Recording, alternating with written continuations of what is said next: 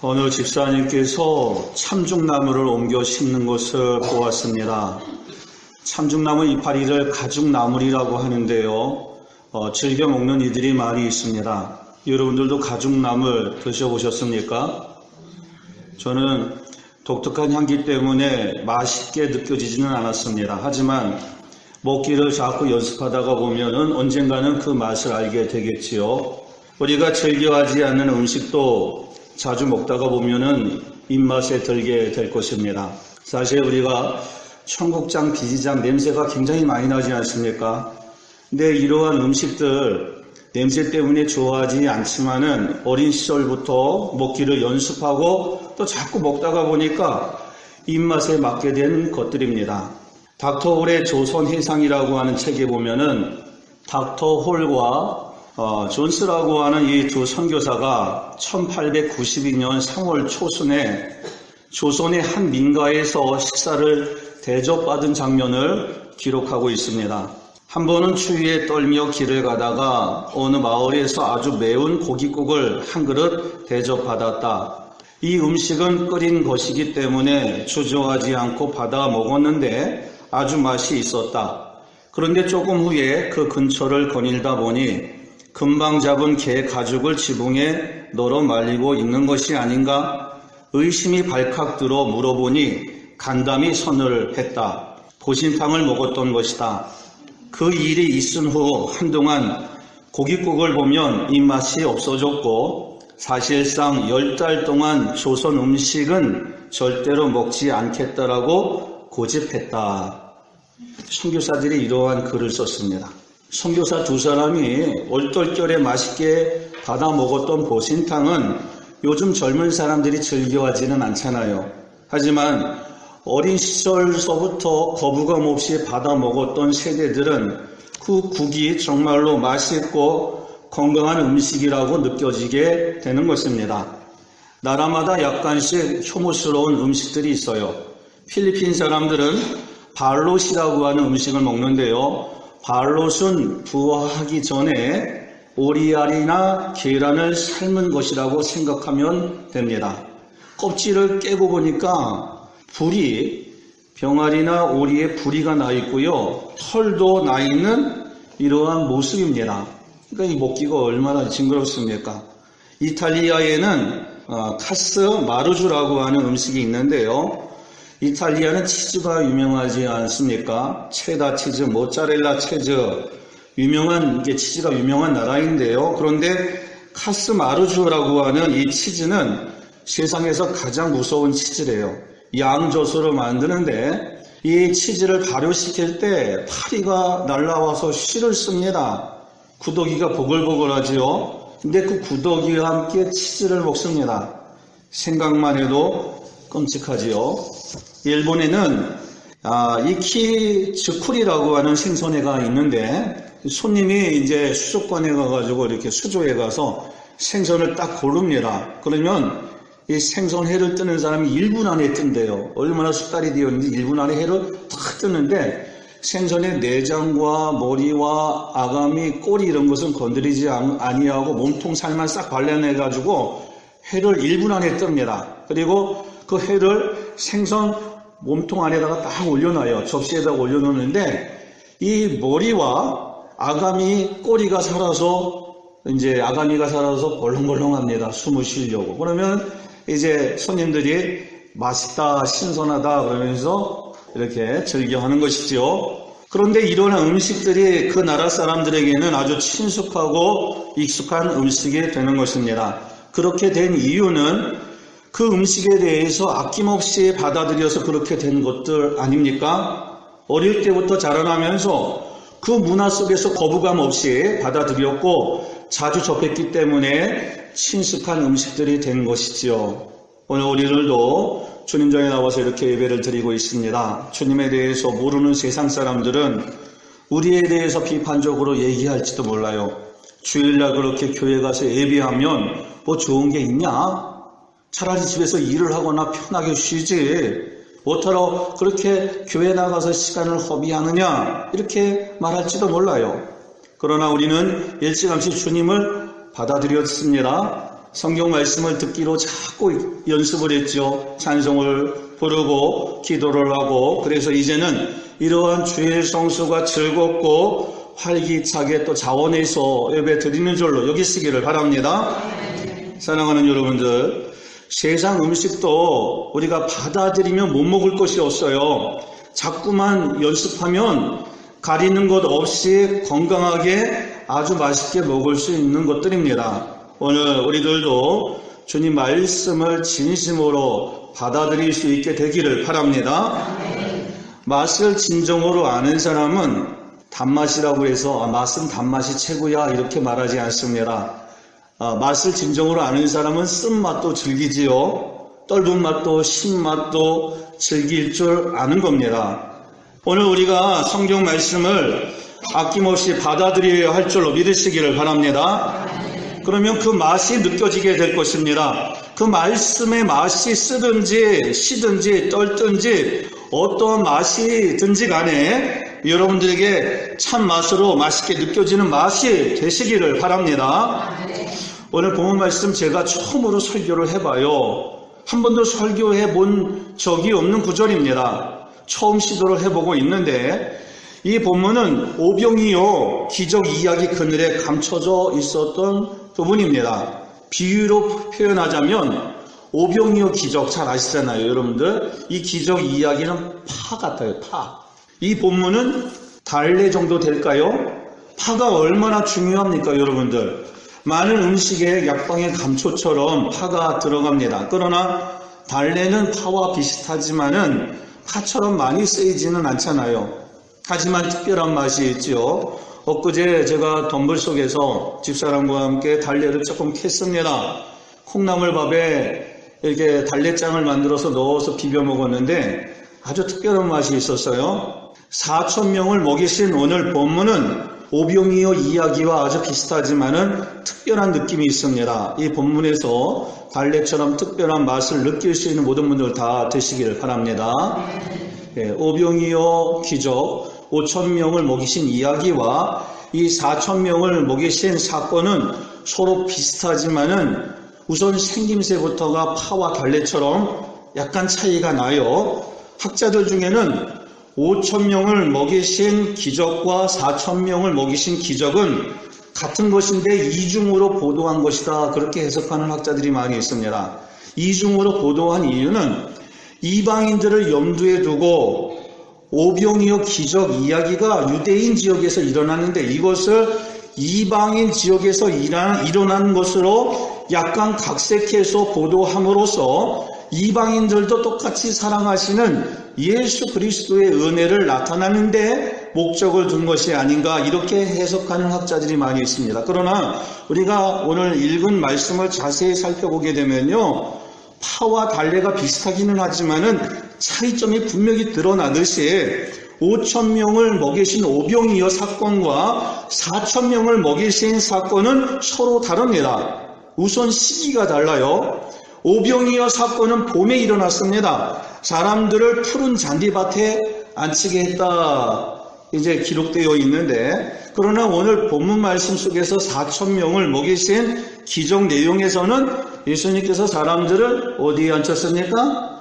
땅바닥에 앉혔습니다. 35절 다 같이 시작. 예수께서 무리에게 명하사 땅에 앉게 하시고, 아멘. 오병이어 기적에서는 푸른 잔디밭에 앉게 이렇게 하셨는데 오늘 이 본문에서는 땅에 앉게 하셨어요. 지금 여름입니다. 이스라엘 나라에는 봄에 이제 잔디 같은 게 푸르게 확 돋았다가 여름이 되면 열풍이 불어와서 이제 건조기가 되면서 말라버려요. 그래서 지금은 잔디가 다 마른 땅바닥입니다. 땅바닥에 예수님께서 그 무리들을 앉게 하셨습니다. 그래서 풀이 다 말라버린 여름임을 알 수가 있죠. 그리고 장소가 달라요. 장소가. 오병이어 기적의 장소는 유대인들이 살고 있었던 갈릴리였지만은 지금 이곳의 장소는 데가볼리 지역에서 가깝습니다. 이방인들이 많이 사는 데가볼리는 갈릴리 호수 동쪽의 10개의 성을 말합니다. 또 이곳에서 광주리 모양새가 다르다라고 하는 그 광주리를 표현하는 단어가 다르게 이렇게 사용이 되었습니다. 그 오병이어의 기적에서 사용된 광주리와 이 4,000명을 먹이신 기적에서 사용된 광주리의 단어가 달라요. 이 신약 성경은 히라보로 쓰여졌는데 5,000명 먹이신 거기에서 광주리는 코피노이라고 하는 말로 생김새가 우리나라 술병처럼 생겼습니다. 입구가 이렇게 좁고 밑에가 이렇게 뽕긋하게 이렇게 생겼는데 유대인들이 여행을 할 때 이방인들의 부정한 음식을 피하기 위해서 광주리에다가 먹을 것을 담아가지고 다녔다라고 합니다. 오병이어 기적에서는 이런 광주리가 사용되었고요. 이 4,000명 기적, 여기서 광주리는 스프리데스라고 하는 말인데 입구가 넓은 손바구니 같은 것으로 이방인들이 주로 이렇게 사용을 했습니다. 사도 바울이 이제 선교를 하다가 한 번은 탈출을 했어요. 성벽에서 이제 광주리로 이렇게 달아내린 적이 있었습니다. 사도 바울을 피신시킨 적이 있었는데 그때 사도 바울이 타고 내려왔던 광주리가 입구가 아주 넓적한 그러한 광주리였던 것입니다. 따라서 이 4,000명을 먹이셨던 기적 사건은 이방 지역에서 이방인들에게 행하신 기적이었던 것입니다. 즉 4,000명을 먹이신 사건은 이방인들에게도 동일하게 보여주신 주님의 연민의 마음이었던 거예요. 본문으로 들어가서 어떻게 이 기적 사건이 일어나게 되었는지 생각해 보도록 하겠습니다. 32절 우리 다 같이 읽습니다. 예수께서 제자들을 불러 이르시되 내가 무리를 불쌍히 여기노라. 그들이 나와 함께 있은지 이미 사흘이매 먹을 것이 없도다. 길에서 기진할까 하여 굶겨 보내지 못하겠노라. 아멘. 여러분들 32절 말씀 보게 되면은 주님의 마음이 어떠하셨는지 알 수 있습니다. 지금 무리들은 주님 말씀을 들으러 나온 지 3일이나 되었습니다. 참으로 무리들의 모습이 대단하지요. 얼마나 주님 말씀을 듣고 싶었으면은, 얼마나 주님 말씀을 집중을 했으면은 3일 동안 예수님을 떠나지 아니하고 말씀에 집중하고 있었을까요? 오늘 우리가 주님전에 나와서 지금 예배를 드리고 있어요. 제가 막 긴장이 돼요. 막 설교할 때 막 더듬고 당황을 하고 있는데, 제가 설교할 때 더듬는 날은 여러분들이 설교를 안 듣기 때문에 제가 더듬어요. 네, 제가 당황을 합니다. 여러분들 이렇게 조르시잖아요. 그러면 이 목사가 오늘도 설교 잘못 준비했다. 야, 이거 사람들 다 재운다. 집사람이 그래요. 제발 사람들 보지 말고 설교를 하라. 근데 제가 아직도 그게 해결이 안 돼요. 여러분들이 막 조시잖아요. 제가 막 당황을 해요. 당황을 해서 막 설교 막 더듬고 막 이 원고 읽으랴 여러분들 쳐다보랴. 오늘 집사님이 막 조시네. 제가 지금 돋보기를 쓰고 있는데 희미하게 여러분들 조는 모습이 다 보여요.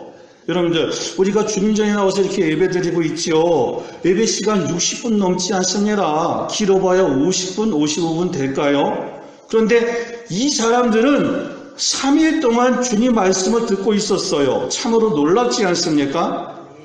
한국 기독교 역사 1권 그 책에 보면은 1900년대 초기에 교회 부흥에 대해서 이렇게 적고 있습니다. 들어보세요. 1901년 평양에서 여성 신자를 대상으로 성경 공부를 위한 사경회가 개최되자 평양에서 뿐만 아니라 150리, 400리 이상 떨어진 삭주, 창성, 의주 등지에서까지 자매들이 몇 주일간 먹을 쌀을 짊어지고 참석할 만큼 열심이었으며 다음에 남자 신자를 위한 사경회가 평양에서 개최되자 400명 정도의 남자 신자들이 의주, 삭주, 창성 등 북부 지방에서는 물론 멀리 서울과 목포, 무안에서까지 참석하는 대단한 열정을 보였다. 선교사들이 이렇게 기록을 했습니다. 이 당시 활동했던 선교사 데이비스라고 하는 분이 한국인들의 이러한 모습이 너무 진지하고 열심적이어서 자신들이 좀 부끄러움을 느꼈다라고 이렇게 전하고 있는데 들어보세요. 한국인들은 영혼을 위하여 매우 열심히 기도하고 있다. 그들의 독실하고 진지한 신앙은 기독교 국가인 우리들을 부끄럽게 하고 있다. 지난 겨울 송도에서 부흥회가 몇 차례 있었는데 교인들은 을의 밤 집회 후에는 산에 올라가서 얼어붙은 맨 땅에 엎드려 하나님께 울며 기도하였다. 재령에서는 매일 새벽 5시 반이 되면 내가 유숙하고 있던 선교사 집에 찾아와서 1시간 동안 기도하였다. 평양에서는 길 목사와 장로 한 사람이 교회당에 와서 새벽 기도회를 드리는 습관을 가졌다. 길선주 목사는 누구든지 원하면 며칠 동안 새벽 4시 반에 모여 기도할 수 있다라고 알렸다. 그 이튿날에는 새벽 1시 반부터 사람들이 모이기 시작하였고 2시에는 사람들이 더 많이 모이더니 4시 반에 가서는 400명이 모이게 되었다. 이렇게 한국 기독교 역사 기록을 살펴보게 되면요, 한국 교회 성도들이 얼마나 열정적으로 성경 말씀을 듣고 기도를 하였는지 지금 생각해봐도 참으로 놀랄만한 일이고요. 현재 우리들의 모습과 비교해 볼 때 우리들이 좀 부끄러움을 느끼게 됩니다. 오늘 이곳에 계신 모든 분들이 주님 마음에 감동을 드릴 수 있도록 집중하여서 좀 예배를 잘 드렸으면 참 좋겠습니다. 네. 오늘 본문의 무리들은 3일 동안 말씀을 듣기에 집중을 했어요. 먹을 것도 다 떨어져 갔습니다. 주님은 이 사람들이 집에 돌아가다가 길에서 쓰러질까봐 걱정이 되셨어요. 주님은 말씀하셨지요. 내가 무리를 불쌍히 여기노라. 그들이 나와 함께 있은지 이미 사흘임에 먹을 것이 없도다. 길에서 기진할까 하여 굶겨 보내지 못하겠노라. 아멘. 여러분들, 기적은 그냥 거저 일어나는 것이 절대로 아닙니다. 4,000명을 먹이신 기적은 무리들을 불쌍히 여기신 마음에서부터 시작되었던 것이죠. 무리들이 주님의 마음을 그렇게 만든 것 아니겠습니까? 지금 무리들은 먼저 그의 나라와 그의 의를 지금 구하고 있잖아요. 말씀을 듣기에 지금 애를 쓰고 있지 않습니까? 여러분들, 3일 동안 그 자리를 떠나지 않았습니다. 집중을 하였습니다. 주님은 먼저 그의 나라와 그의 의를 구하는 무리들에게 육신의 양식도 채워주셨던 것입니다. 주님은 이 시간 열심히 이렇게 예배 드리면서 집중하시는 여러분들을 바라보고 이렇게 생각하실 것입니다. 지금 이 성도가 농사를 열심히 짓다가 피곤한데도 불구하고 이렇게 나와서 말씀에 집중을 하면서 정성을 다해서 예배를 드리고 있구나. 내가 저를 불쌍히 여기노라. 아니, 이 학생이 학교에서 열심히 공부하다가 잠이 그렇게 부족한데도 이렇게 나와서 예배에 집중을 하는구나. 내가 저를 불쌍히 여기노라. 아니, 저 집사가 저렇게 직장 생활을 하다가 그렇게 스트레스가 많고 신경 쓸 일도 많을 텐데도 이렇게 나와서 말씀에 집중을 하면서 예배를 잘 드리고 있구나. 내가 저를 불쌍히 여기노라. 이렇게 주님의 마음을 감동시킬 수 있는 동락교회 모든 분들 다 되시기를 바랍니다. 여러분들, 주님의 기적은 성도들의 열정적인 마음이 시발점이 될 때 일어나는 현상 아니겠습니까? 내가 먼저 열정을 가져야 되는 거예요. 내가 먼저 주님을 사랑하고 달려나가야 되는 것이죠. 삭개오가 여리고로 지나가시는 주님을 뵈려고 나무 위로 올라가지 않습니까? 그 모습이 주님을 감동시키지 않았습니까? 바디메오가 지나가시는 예수님을 붙잡으려고 소리쳐 부르지 않았습니까? 그 모습에 주님은 감동을 하셨지요. 중풍병자와 그 친구들이 주님을 배우려고 지붕을 뚫고 침상째에 달아내리지 않습니까? 주님은 그 모습에 감동을 하셨던 것입니다. 얼마나 주님 말씀을 듣고 싶었으면 3일 동안 그 자리를 떠나지 않았었을까요? 아니, 식량이 음식이 떨어져 가는데에도 자리를 뜰 줄 몰랐습니다. 그 모습에 주님은 감동하셨고 밥도 못 먹고 집으로 돌아갈 것을 생각하니까 그 무리들에게 불쌍한 생각이 드셨던 것입니다. 준서가 저 뒤에 나와서 앉아 있는데요, 일주일마다 돌아오고 있습니다. 학교에서 아주 공부를 많이 시켜요. 준서도 열심히 노력을 하고 있습니다. 열심히 노력을 하는 모습을 보니까 부모로서 안쓰러워요. 점점 더 호축해지고 있어요. 지금 성장기인데 더 잘 먹고 이게 키가 부쩍부쩍 자라나야 되는데 안타까운 생각이 들었습니다. 그래서 이제 우리 부부가 결심을 했죠. 이 아이가 집에 올 때마다 고기 반찬을 해 주어서 잘 먹이자. 더 음식을 잘 챙겨주고 더 잘 해주자라고 하는 마음이 들었던 것입니다. 여러분들, 주님의 마음도 우리 부모의 마음과 똑같지 않겠습니까? 주님께서 베풀어 주시는 은총은 우리가 하여튼 공부를 열심히 하든지 농사를 열심히 짓든지 사업을 열심히 하든지 우리가 열정을 다해서 신앙생활 열심히 하든지 노력하면서 나아갈 때 그때 주님의 마음을 얻게 되는 것이고요. 그럴 때 아낌없이 베풀어 주시는 것이 아니겠습니까? 최근에 꽃샘추위가 있을 때요. 눈과 비가 함께 내릴 때가 있었습니다. 그날이 수요일이었습니다. 취업에 마치고 차량 운행을 하는데 어둠 속에서 이렇게 라이트를 비추게 되잖아요. 그런데 개구리 한 마리가 길을 건너고 있었어요. 그래서 제가 차를 멈추고 하여튼 개구리 다치지 않게 조심해서 개구리 쳐다보면서 지나가게 되었는데 진눈깨비가 내려요. 날씨는 추운데 그 개구리가 겨울잠에서 깨어나서 다른 개구리들이 가보지 않는 길을 가는 거잖아요. 저는 이렇게 생각을 했습니다. 순간 하나님은 그 개구리를 절대로 버리지 아니하시고 기억하여 주실 것이다. 제가 그렇게 생각을 했어요. 꽃샘추위를 뚫고 일찍 나온 개구리, 그 최초의 개구리는 추위에 떨겠지만은 노래하겠지요. 제일 먼저.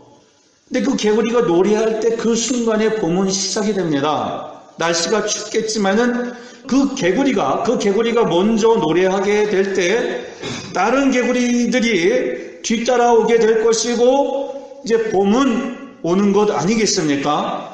홍해 바다를 건넜던 이스라엘 백성들 가운데 모세의 누나가 누구지요?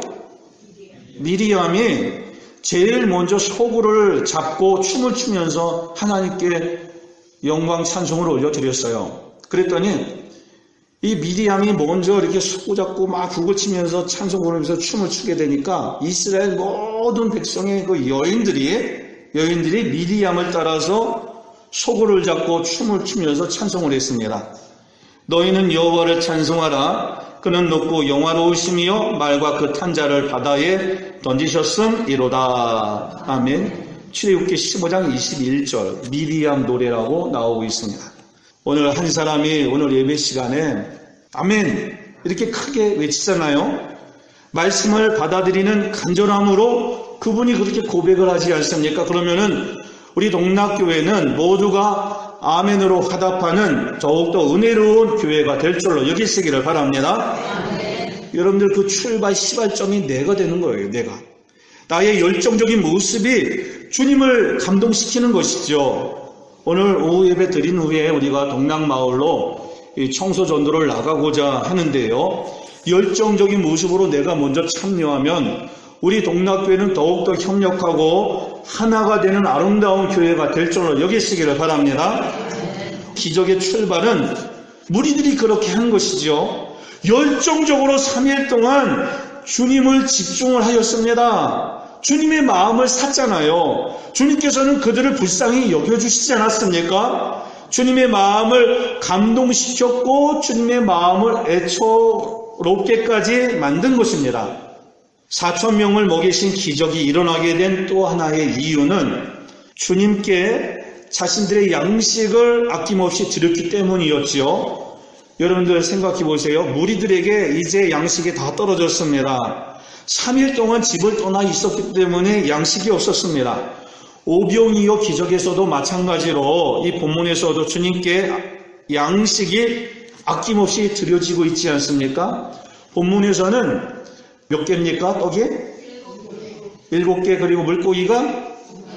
그 떡 7개와 물고기 2마리가 예수님께 아낌없이 드려지는 거예요.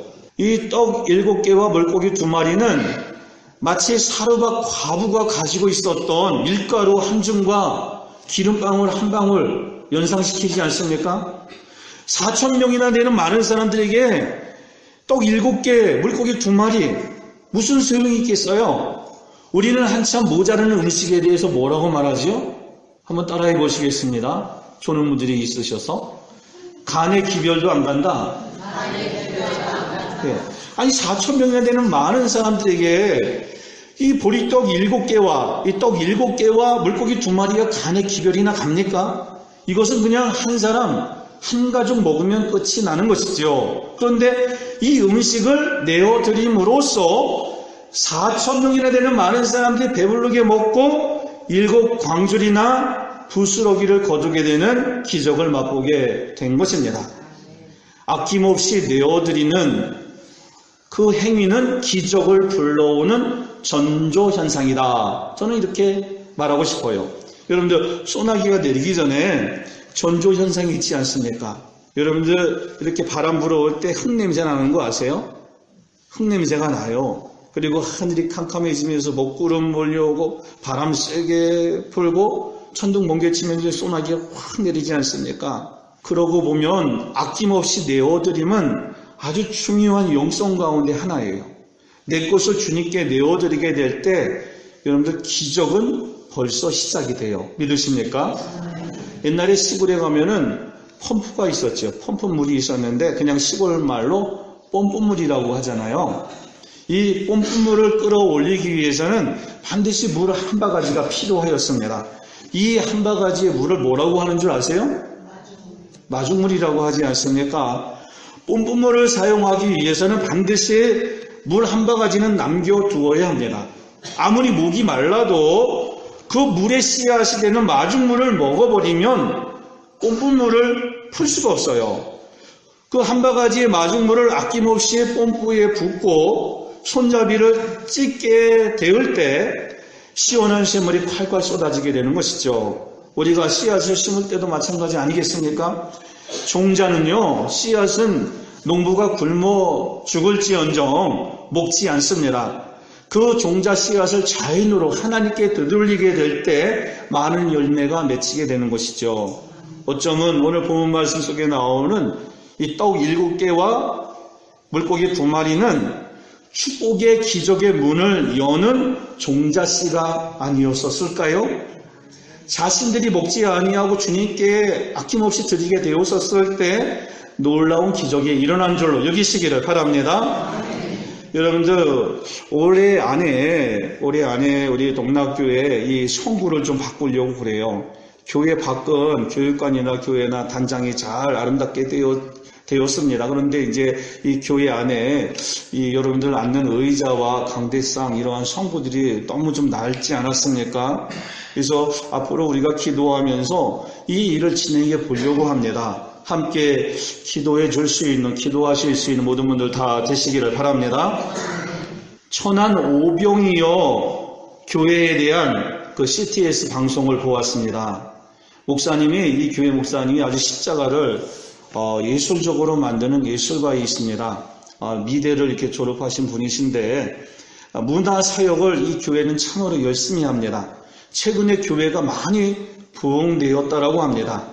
그 교회에 대한 간증이 있는데 지하 그 개척교회를 벗어나서 땅을 사고 교회를 이제 개척하기로 짓기로 기도할 때였습니다. 그런데 그 교회 청년 2명이 아낌없이 드리는 헌신을 했다라고 그래요.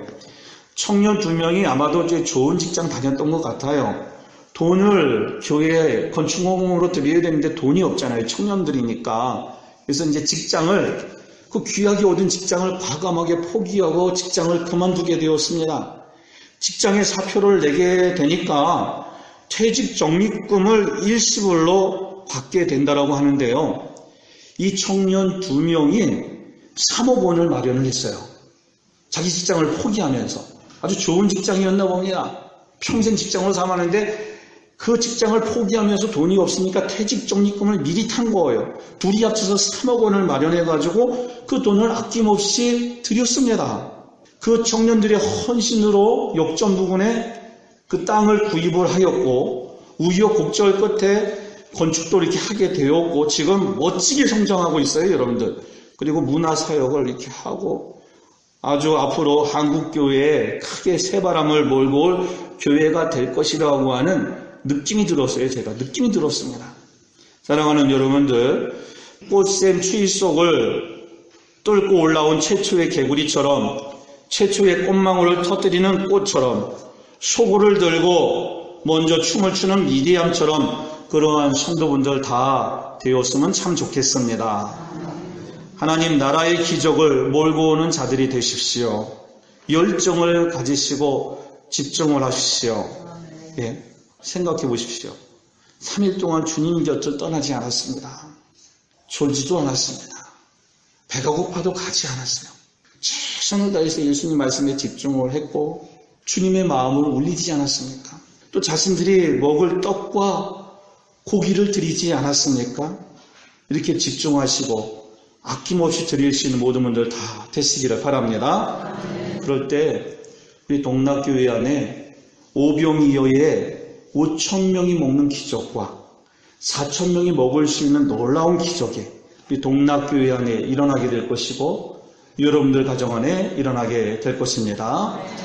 이러한 기적을 몰고 올 수 있는 저와 여러분들 다 되시기를 주님의 이름으로 간절히 축원드립니다.